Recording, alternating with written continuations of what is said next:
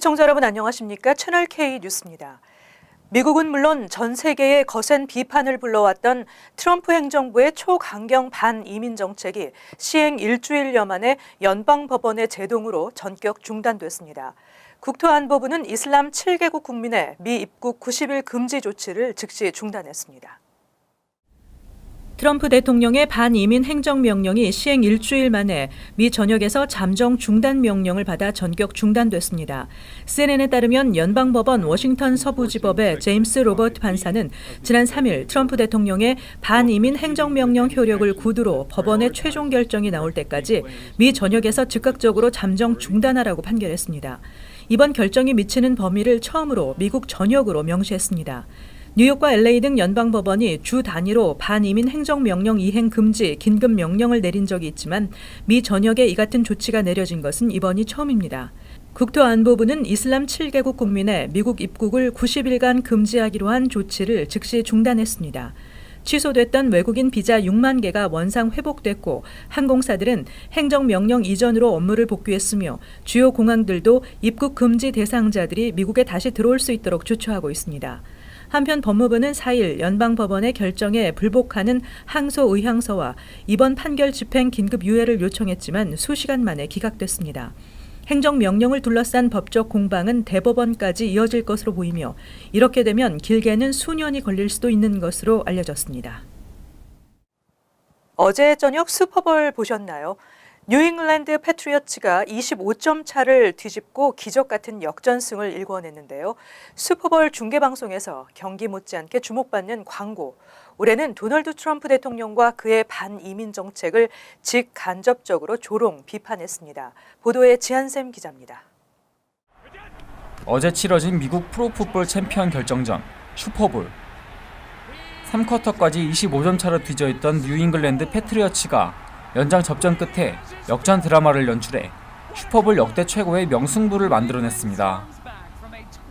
전 세계에서 2억 명 이상이 시청하는 슈퍼볼 중계방송. 경기장의 승부 못지않게 주목받는 TV 광고가 올해는 반이민 정책을 겨냥했습니다. 코카콜라는 히잡을 쓴 무슬림 여성을 포함한 다양한 인종의 사람들이 각자의 언어로 미국 국가를 부르는 광고를 내보냈습니다. 2014년 슈퍼볼에 선보였던 광고로 트럼프 대통령의 7개 이슬람 국가 입국 금지령을 비꼬기 위한 것으로 풀이됩니다. 숙박 공유업체 에어비앤비는 다양한 연령과 성별, 민족이 나와 우리는 받아들인다는 메시지를 전달했습니다. 이 역시 트럼프 대통령의 입국 금지령을 우회적으로 비판했습니다. 미국을 대표하는 맥주회사 버드와이저도 공동 창립자 아돌푸스 부시가 독일에서 미국에 처음 들어와서 버드와이저를 설립하는 과정을 그렸습니다. 미국인들이 아돌푸스 부시를 집에 돌아가라며 박대하는 장면이 나옵니다. 모바일 케어 브랜드인 이처10은 남성 모바일 제품 광고에 트럼프 대통령을 간접적으로 언급했고 건축 자재업체 84럼버는 멕시코 국경 장벽을 넣은 광고를 폭스TV의 반대로 수정 방송했지만 유튜브에는 수정 전 영상을 공개했습니다. 한편 현대차는 파병 군인을 소재로 한 애국 마케팅 광고를 선보였고 기아는 친환경 메시지를 담은 광고를 내보냈습니다. 채널 K 뉴스 지한샘입니다. 소셜 네트워크 서비스 SNS의 메시지나 사진 기록은 도청 관련 규정과는 연관성이 없다는 뉴저지주 법원의 판결이 나왔습니다. 뉴저지주 경찰이 법원의 영장 없이도 용의자의 SNS 내용물을 조사할 수 있다는 판결입니다. 이일 SNS에 게재된 메시지와 사진 등을 경찰이 조사하는 것이 도청법에 저촉되지 않는다는 뉴저지주 항소법원의 판결이 내려졌습니다. SNS를 통해 이루어지는 메시지나 사진 기록 등은 전화 통화 기록 수집이나 도청과 관련한 개인정보 보호 규정과는 연관성이 없다는 판결입니다. 하지만 일부에서는 전화 도청이나 통화 기록 수집 등과 마찬가지로 개인정보 보호를 위해 도청법을 적용해야 한다는 의견입니다. 연방 대법원도 미국 연방 헌법에 보장된 특정 기본권 보장의 부분들에 의해 내용과 구체적 형태를 가지는 새로운 형태의 기본권이 존재하며 여러 가지 기본권에 의해 사생활 보호라는 영역이 형성된다고 판시한 바 있습니다. 사생활 보호의 권리를 형성하는 권리는 수정헌법 4조에 모든 국민은 부당한 압수수색으로부터 그의 신체, 집, 문서, 재산을 침해당하지 않을 권리가 있다는 규정으로 해석된 바 있습니다. 최근에는 트럼프 대통령의 반이민 행정명령 시행 과정에서 외국인 입국자들의 SNS와 휴대전화 이용 내역까지 조사하는 방안을 추진 중입니다. 한편 지난해 1월부터 6개월 동안 트위터에 검찰과 경찰 등 법 집행기관에서 용의자의 수사를 위해 정보 공개를 요청한 건수는 2,520건에 달한 것으로 나타났습니다. 반이민 명령 시행 이후 외국인 혐오 범죄가 확산되고 있습니다. 맨하탄 컬럼비아대에서 아시안 학생을 타겟으로 한 증오 범죄가 발생하고 있고 전철에서도 나치 문양이 잇따라 발견돼 경찰이 수사에 나섰습니다. 3일 컬럼비아 스펙테이터에 따르면 최근 교내 기숙사에 붙여진 아시안 학생들의 이름표가 훼손하는 사건이 잇따라 발생하고 있습니다. 서양 이름이 아니거나 아시안 이름처럼 보일 경우 이름표를 훼손한 후 도주하고 있는 것으로 알려졌습니다. 7개 아시안 학생회는 대학 다문화 사무처에 이메일을 보내 대책 마련을 촉구했습니다. 멜린다 에퀴노 다문화 사무처장은 회신에서 트럼프 대통령의 반이민 행정명령 시행 후 이 같은 일이 발생하고 있다며 외국인 혐오증이 확산되고 있는 상황이라고 지적했습니다. 아시안 아메리칸 연합도 지난 1일 성명서를 발표하고 사건의 심각성을 지적했습니다. 뿐만 아니라 트럼프 대통령이 얼마나 인종 간 분열을 조장시키고 있는지를 알리는 계기가 됐으면 한다고 강조했습니다. 그런가 하면 4일 MTA 1번 전철 내 모든 광고와 유리창에는 나치 문양의 낙서가 발견됐습니다. 낙서를 발견한 승객들은 손세정제를 이용해 낙서를 지웠고 이 사진과 동영상이 SNS를 통해 알려지면서 5일 오후 8시 현재 37만 8,300여 건이 공유됐습니다. 한편 시카고에서도 나치 문양 표식을 붙이고 기물을 파손하는 행위가 발생했습니다.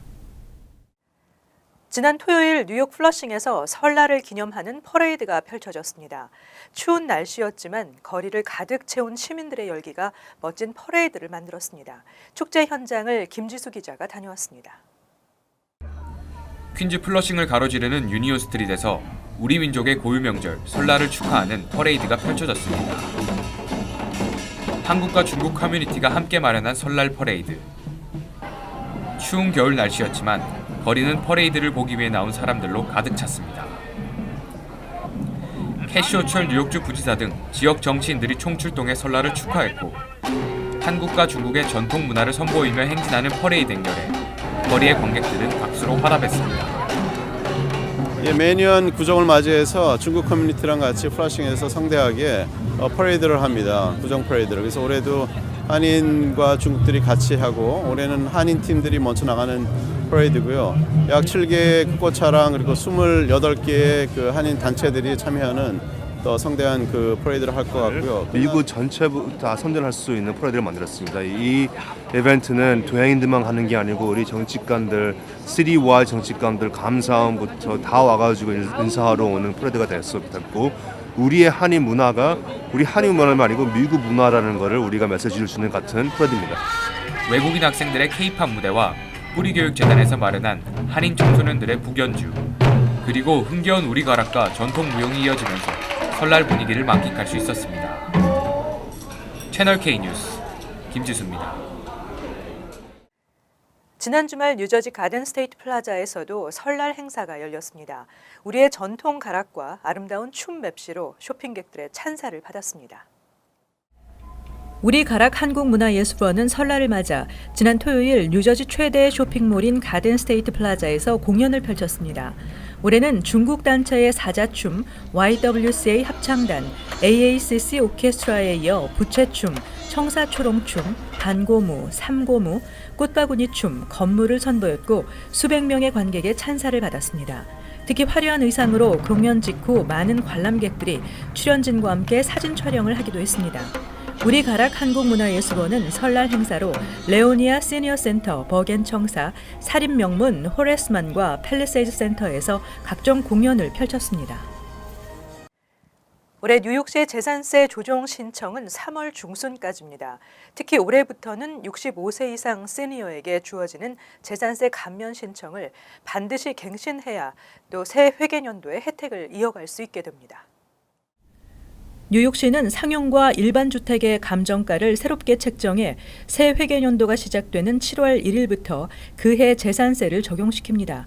뉴욕시는 올해도 1월 15일자로 책정한 부동산의 감정가를 정했으며 이에 의해 주택을 포함한 모든 부동산 소유주는 재산세가 실제 건물 가치보다 과도하게 책정됐다고 여겨질 경우 세무국에 조정 신청을 할 수 있습니다. 뉴욕시의 모든 상용 건물과 임대 아파트 재산세에 대한 조정 신청은 3월 1일까지입니다. 4세대 미만 일반 주택의 경우에는 3월 15일까지 조정 신청 접수를 마쳐야 합니다. 또 65세 이상 노인 주택 소유주들의 재산세 감면 혜택 갱신 신청은 3월 15일까지입니다. 주택 소유주에게 신청 마감일이 적힌 우편물을 발송해 알렸던 시니어 재산 감면 혜택은 올해부터 규정이 새롭게 변경됐습니다. 매 2년마다 재연장을 신청해야 하고 주어진 기간 내 재연장 신청을 하지 않으면 올 회계연도에 혜택을 볼 수 없게 됩니다. 롱아일랜드 나소 카운티의 부동산 조정 신청도 3월 1일이 마감일입니다. 한편 뉴저지 경우에는 4월 1일까지 재산세 조정 신청을 받습니다. 버겐 카운티는 카운티 정보 웹사이트에서 관련 내용을 확인할 수 있습니다. 뉴욕시가 환경보호 취지에서 마련한 종이봉지 유료화가 시민들의 반발로 시행이 계속 미루어지고 있습니다. 비닐 종이봉지 유료화 제도가 1년 뒤로 또 한 차례 연기될 전망입니다. 오는 15일부터 시행될 예정이었던 비닐 종이봉지 유료화 제도를 2018년 1월로 연기하는 내용의 법안이 7일 주 하원 표결에 붙여집니다. 이미 주 상하원이 해당 법안에 대한 합의를 이끌어냈기 때문에 이번 연기안 통과는 확실시 되고 있습니다. 종이봉지 유료화는 환경보호 취지에서 마련된 제도이지만 시 전역 슈퍼마켓과 식품점, 편의점 등 상점 계산대에서 제공되는 비닐과 종이봉지에 5센트 이상의 수수료를 부과하도록 하면서 수수료에 대한 부담으로 시민들의 반발이 거세고 주의회 차원에서도 시행 중단 움직임이 이어지고 있습니다. 규정 위반 최초 적발 시에는 $250, 이후에는 $500의 벌금이 부과됩니다. 심차 펠더 의원은 뉴요커들은 이미 각종 요금 인상과 수수료 등의 신물이 날 지경이라며 봉지 수수료는 결국 또 하나의 세금에 불과하다며 반발했습니다. 법안은 지난해 10월 시행될 예정이었지만 이 같은 반대 여론과 주의회의 폐기 법안 추진으로 2월 15일로 1차 연기된 바 있습니다. 한편 뉴욕, 뉴저지 일원 한인마트에서는 비닐봉지 5센트 부과 시행을 대비해 지난주부터 재활용 가방을 고객들에게 배포하고 있습니다. 하지만 법안 시행은 내년 1월까지 미뤄질 전망입니다. 뉴욕시는 합법적인 수사 활동을 증거로 남기기 위해 경찰의 바디캠 도입을 추가 시행하기로 한 바 있습니다. 그런데 뉴욕시경의 바디캠 도입 계획이 시 감사원장의 예산 불허로 지연되고 있습니다. 스캇 스트링거 감사원장실은 3일 NYPD와 조달업체 간 계약 조건과 관련해 추가 질문서를 발송했다며 질문에 대한 적절한 답변이 돌아오기 전에는 바디캠 예산 $640만 승인할 수 없다고 밝혔습니다. 시 감사원장은 조달 계약 체결 때 업체와 관계 당국 간 뇌물수수, 청탁 등의 부패 행위가 의심되는 경우, 예산 충당에 어려움이 있을 경우, 시장의 승인이 없을 경우 등에 한해 예산 승인을 거부할 수 있습니다. 현재 NYPD 정복 경관 36,000명 중 바디캠을 몸에 장착하고 있는 경찰관은 단 한 명도 없습니다. 뉴욕시는 2013년 바디캠 장착 시범 프로그램을 시행하라는 연방법원 명령 이후 2014년 60명의 파일럿 프로그램을 시작하면서 확대 프로그램을 검토 중입니다. 2020년까지 5천여 대의 바디캠을 추가로 도입하기로 했지만 아직까지 시행되지 못하고 있습니다. 연방법원은 거리 불심 검문의 부당성을 이유로 제기된 소송에서 바디캠 장착을 통해 합법적 수사 활동을 증거로 남기라는 명령을 내린 바 있습니다. 한편 뉴욕타임즈는 스트링거 감사원장의 바디캠 예산 승인 거부가 드블라지오 시장을 겨냥한 정치적 행보일 가능성이 있다고 시사했습니다. 이어서 LA 지역 한인사회 소식입니다. LA 인근 페사데나의 한 식당에서 사제 폭탄을 투척하는 사건이 발생해 인근 지역에 한때 긴장이 고조됐습니다. 페사데나 경찰국에 따르면 어제 저녁 6시쯤 검은 복장의 한 남성이 페사데나 다운타운에 위치한 치즈케이크 팩토리 레스토랑에 들어와 발화장치로 보이는 폭탄을 던져 폭발이 일어났으며 레스토랑에 있던 수십 명의 손님들이 비명을 지르고 긴급 대피한 것으로 알려졌습니다.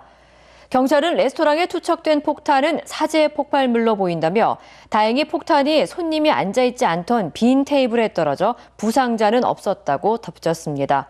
한편 LA 카운티 셰리프국과 패서디나 경찰국은 폭탄을 던진 용의자가 키 6피트가량의 마른 체형에 덥수룩한 수염을 기른 아랍계나 히스패닉계 남성으로 추정된다며 사건 당시 현장에 있던 목격자의 제보를 기다린다고 밝혔습니다. 인터컨티넨탈 호텔이 미국 내 12개 호텔에서 고객 결제 카드가 해킹됐다고 밝혔습니다. 인터컨티넨탈 그룹 측은 해킹은 지난 2016년 8월부터 12월 사이에 발생했으며 카드 소유자의 성명과 카드 번호, 유효 일자, 확인 코드 등의 데이터가 유출됐다고 설명했습니다.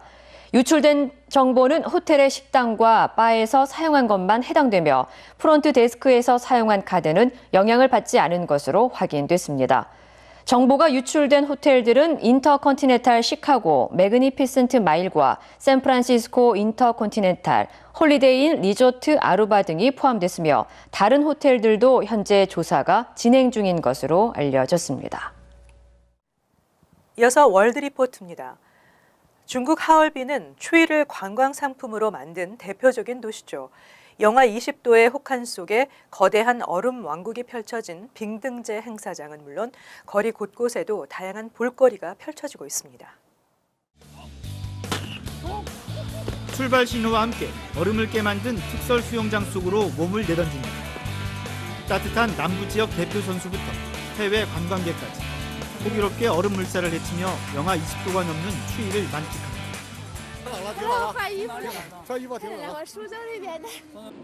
차가 다닐 만큼 두껍게 얼어붙은 송화가, 강변을 오가는 갯썰매도 관광객들에겐 색다른 볼거리입니다. 하얼빈시 곳곳에는 계속해서 새로운 얼음 조각이 들어섭니다.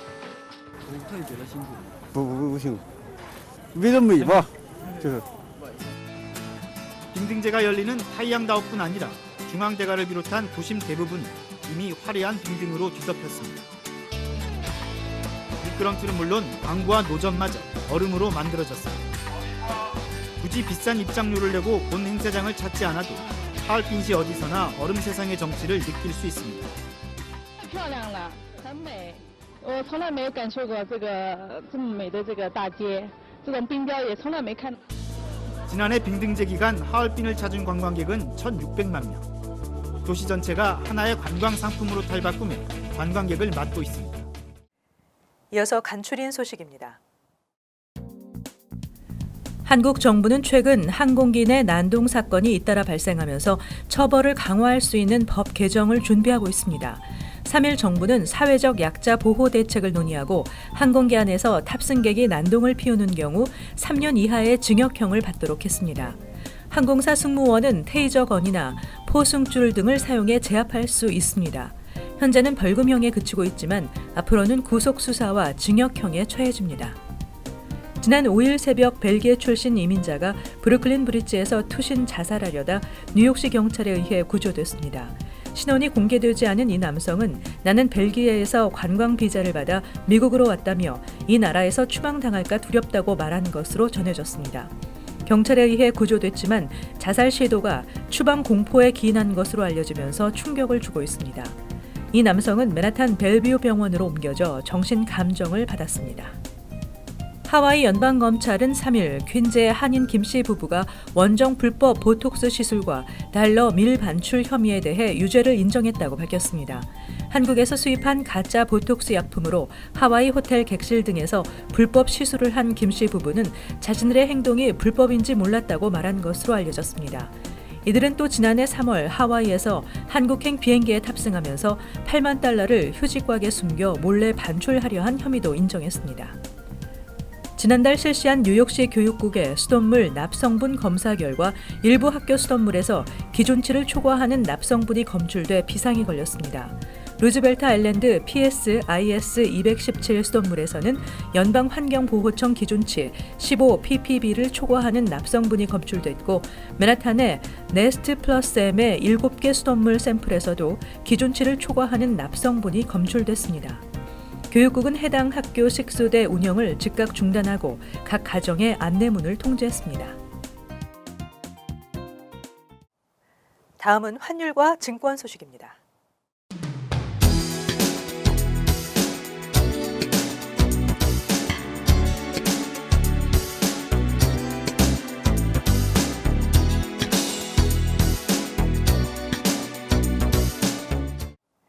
끝으로 날씨 전해드립니다. 화요일은 흐리고 안개가 끼겠으며 비가 내리겠습니다. 낮 최고 기온은 48도, 섭씨 8도, 밤 최저 기온은 47도, 섭씨 0도 예상됩니다. 수요일은 포근한 가운데 대체로 흐리겠습니다. 목요일도 흐린 날씨에 쌀쌀하겠으며 눈이 내릴 수 있습니다. 금요일은 쌀쌀한 겨울 날씨에 간간히 흐리겠습니다.